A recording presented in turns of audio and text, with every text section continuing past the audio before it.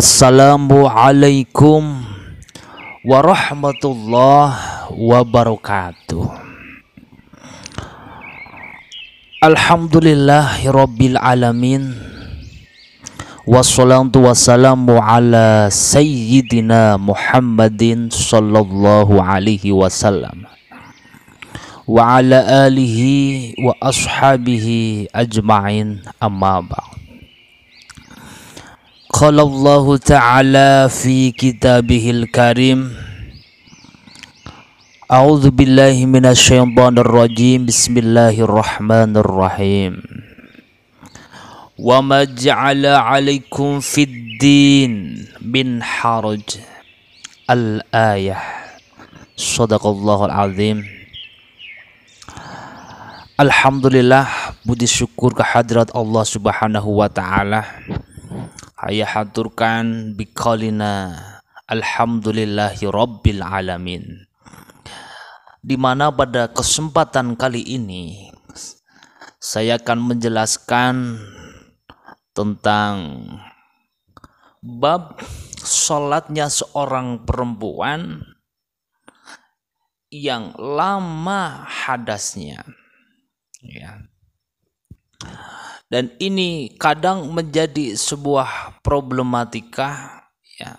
Seorang perempuan itu bertanya-tanya, saya sudah berapa hari ini haid, sudah melebihi dari 15 hari, terus saya harus sholat.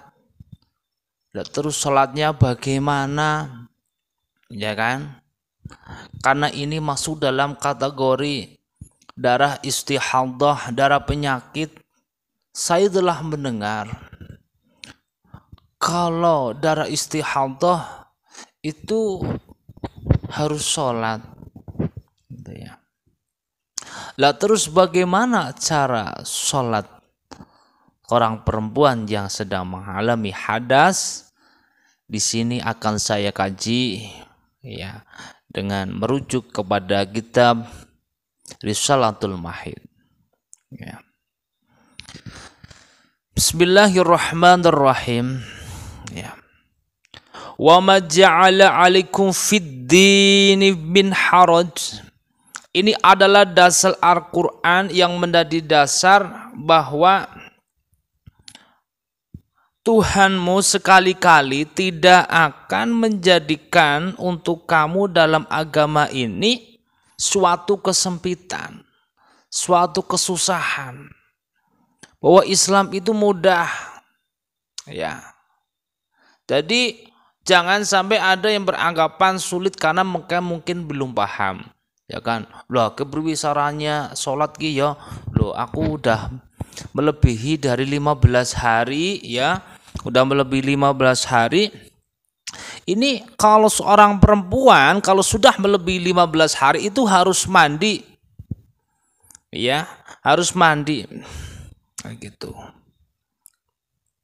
Dan terus bagaimana cara ini? Enggak hanya seorang perempuan saja, seorang laki-laki pun ada, ya. Ketika seorang laki-laki itu mempunyai mungkin penyakit beseran, gitu ya, cara bahasanya sering pipis dela-dela pipis, ya kan. Nah itu gimana cara sholatnya? Kalau seandainya enggak pakai cara, ya, ini nanti dibahayakan ketika sedang sholat kok malah ngompol, bau, itu enggak sah sholatnya, malah najis. Terus seperti itu.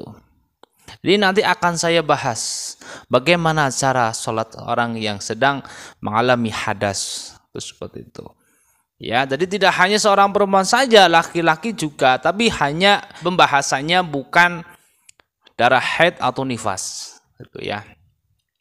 Pokoknya begini saudara, ya, ibu-ibu, mbak-mbak ini ya yang masih pada muda-muda, ya, kaki gencar-gencarnya darah haid dan sebagainya, ini wajib tahu. Ketika mungkin nanti kalian mengalami hal ini, jadi kalian sudah tahu, gitu ya. Seorang perempuan apabila haidnya itu sudah melebihi batas normal, normalnya itu sampai dengan 15 hari ya, melebihi dari itu namanya darah istihadah. Kalau nifas 40 hari, kalau masih keluar ditunggu dulu sampai dengan 60 hari. Kalau sampai melebihi 60 hari itu namanya darah istihadah. Nah, dan kita tidak boleh terpuruk dalam keadaan sehingga kita terlena dengan adanya suatu hadas menjadikan sholat kita itu terbengkelai ya, akhirnya orang sholat berblas metu bae si sebulan akhirnya orang sholat si kepriwe. Dalam ulama dikejelaskan bahwa seperti ini ya, kalau sudah melebihi dari 15 hari maka seorang perempuan wajib tetap melakoni sholat. Nah, salah satunya ya, yang pertama, apabila sudah pas 15 hari muncul sedina ya, gue harus mandi ya, menghilangkan hadas. Itu cara yang pertama. Lah mandinya cukup 1 kali. Ya, mandi niat wajibnya cukup 1 kali. Orang jere engko sepet engko salat adus maning salat adus maning, enggak, cukup 1 kali. Itu ya. Ini ada yang bertanya, Pak, saya haid kok gimana sih ini ya gitu. Sudah jelaskan bahwa wa ma ja'ala 'alaikum fiddin min haraj ya.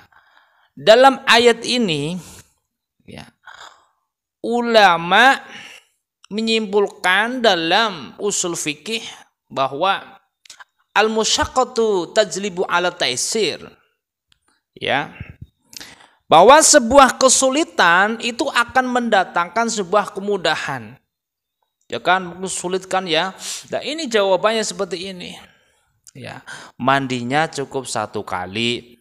Lah nanti kalau sudah mandi, kemudian langkah keduanya yaitu bersucinya itu cukup ketika masuk waktu sholat, cukup dengan berwudu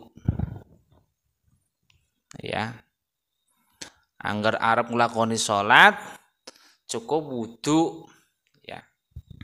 Kemudian aturan orang yang mau sholat ketika mengalami hadas yang pertama ya, ketika sudah waktunya sholat, manjingnya sholat itu ya, terlebih dahulu kalau sudah melebihi dari 15 hari ya, berarti dia langsung mandi. Ya, mandinya berapa kali? Cukup sekali. Ya, cukup sekali. Mandinya mandi jinabahnya ya dulu ya, mandi jinabahnya. Lah ketika nanti mau sholat lagi di waktu yang lain, itu nanti cukup dengan berwudu saja, nggak lagi mandi. Itu seperti itu. Ini yang kadang menjadi pertanyaan, apakah kalau sudah jenabah mau sholat, apakah nanti setiap sholat mandi loh ya? Ya maneman sampone rentong ya. Lah lebih keramas baik, enggak, cukup sekali. Nah, hanya diganti dengan wudhu. Itu seperti itu. Nah ya, tapi ada aturannya, ada cara-caranya. Gitu ya. Lah caranya ketika sudah manjing waktu sholat ya, seorang perempuan ini harus sebelum berwudu dia itu wajib membersihkan farjinya ya, dibersihkan dulu ya. Berarti wis bagi manjing cepet-cepet ya, bok arep milu jamangah di cepet-cepet saja ya, aja kekasihkan juga aja pokoknya lah sepira suwene siapa yang gak arep nganti setengah jam dewek kan ora lah, istilah toko ya. Itu harus dicuci. Setelah dicuci kemudian kalau zaman dulu loh ya, itu cara bahasanya itu disumpeli sama kapas ya, vernya dikumpuli sama kapas ya biar nggak tembus itu ya. Kemudian setelah itu pakai itu celana dalam ya. Kalau zaman dulu itu ya cara bahasa gaulnya itu cawet itu ya, cawet. Kalau zaman sekarang udah mudah ya Mbak ya, itu sudah menggunakan yang namanya pembalut itu ya, pembalut, kemudian menggunakan celana dalam biar enggak obah ya kan, kayak gitu. Nah, setelah itu ya, itu dilakukannya harus cepet-cepet ya aja, nyantai-nyantai gitu. Setelah itu kemudian baru wudhu. Gue aja bersih apa wudhu disit bersih ya batal ya nyekeli sih. Lah iku lah sing bersih siapa ya dewek masa bojone ya ora mungkin. Ya kan, nah kayak gue dibersihi ya, dicuci. Setelah itu lagi-lagi setelah dibersihkan sudah menggunakan pembalut ya, kemudian sudah siap-siap, kemudian langsung wudhu, cepet-cepet gagian wudhu. Nah ya, cepet wudhu. Nah gitu. Sholatnya sendirian nggak apa-apa, sholatnya nggak harus di musola masjid gitu ya. Pokoknya ini tetap harus melakukan sholat kayak gitu. Apakah di sholat di masjid? Kalau saya itu menurut saya itu mending sholat sendiri aja. Nah, kalau perempuan ya. Kalau di musola jamaah di masjid ya kelamaan kok bahayanya nanti tembus dan sebagainya. Itu malah bahaya seperti itu. Mending sholat langsung, karena jenenge be sholat gagian cepet-cepet ya kan. Nunggu nang masjid wis kudu ana nunggu ana puji-pujian, ana apa dan sebagainya kesuwen. Ya berarti sunahkan di rumah. Emang perempuan itu baiknya emang kan sholatnya di rumah kayak gitu. Hanya di rumah sendiri seperti itu. Lah kemudian ya seandainya toh mungkin perempuan itu kepengen jamaah ya tadi itu, jadi berangkatnya ketika sudah qomat langsung ya berangkat. Setelah itu kemudian ikut sholat, setelah sholat gak usah ikut wiridanya di rumah, itu aja. Lama-lama di masjid itu seperti itu. Kemudian ketika seorang laki-laki itu mau sholat ketika dia itu mempunyai penyakit beser, itu sama ya, berarti harus cepat-cepat ya. Yang pertama yaitu zakarnya itu dibuntel yang rapet ya. Pakai apa ya? Nah, sekarang ya pakai pelendungan ya. Pakai apa? Oh, harus cepat-cepat pakai pelendungan dimasukkan gitu ya. Karo kayak plastik ya, plastik gua nggak plastik dilolo pelendung ya, kesenggol malah pecah dor malah bahaya najis itu ya. Sing kira-kira aman tuh seperti itu ya. Pakai balon apa ya, balon kayak di gitu. Lah kalau sudah dibuntel ya, anggar wis dibuntel ya Kang ya, bapaknya ya anggar wis dibuntel, kue gagian cepet-cepet wudhu, baru wudhu cepet-cepet sholat gagian kayak gue. Ya biasanya kayak anggar wis pada tua-tua biasanya kayak gue. Ya kayak Miki Maning anggar padane ya mau ikut jamaah di masjid ya tadi itu. Ketika sudah manjing waktu sholat, aku cepat ikut jamaah. Setelah ikut jamaah cepat-cepat keluar. Nanti wiridanya bisa di rumah. Seperti itu ya. Bukan nanti malah ngompol di masjid, itu malah bahaya. Terus seperti itu ya. Lah kemudian yang perlu diketahui bahwa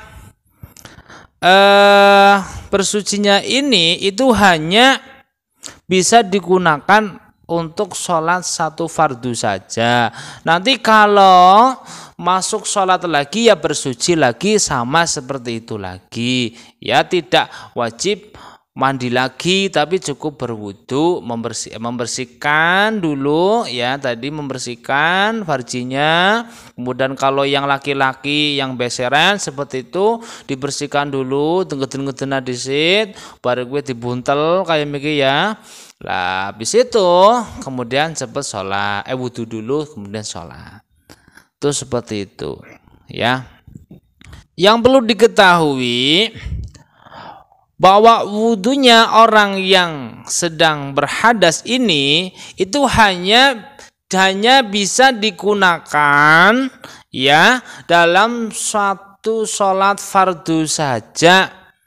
Kalau nanti kedatangan sholat fardu lagi, ya berarti melakukan seperti ini lagi, ya, membersihkan farjinya, membersihkan zakarnya, kemudian diputus dan sebagainya yang seperti saya jelaskan tadi.